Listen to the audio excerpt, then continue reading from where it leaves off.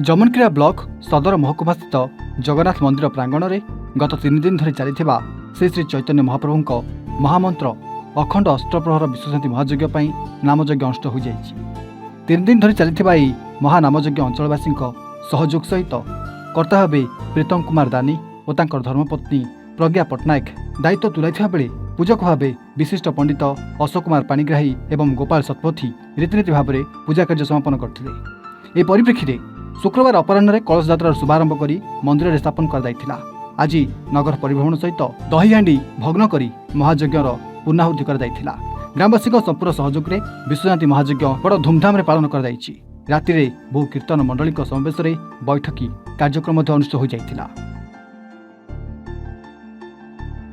जमनक्रिया Satyapriya Mahapatra report, A1 Odisha.